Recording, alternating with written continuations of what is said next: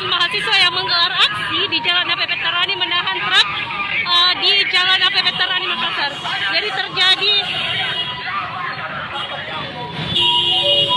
antara mahasiswa dan aparat kepolisian saling menahan untuk menahan truk yang lewat di Jalan APP Tarani.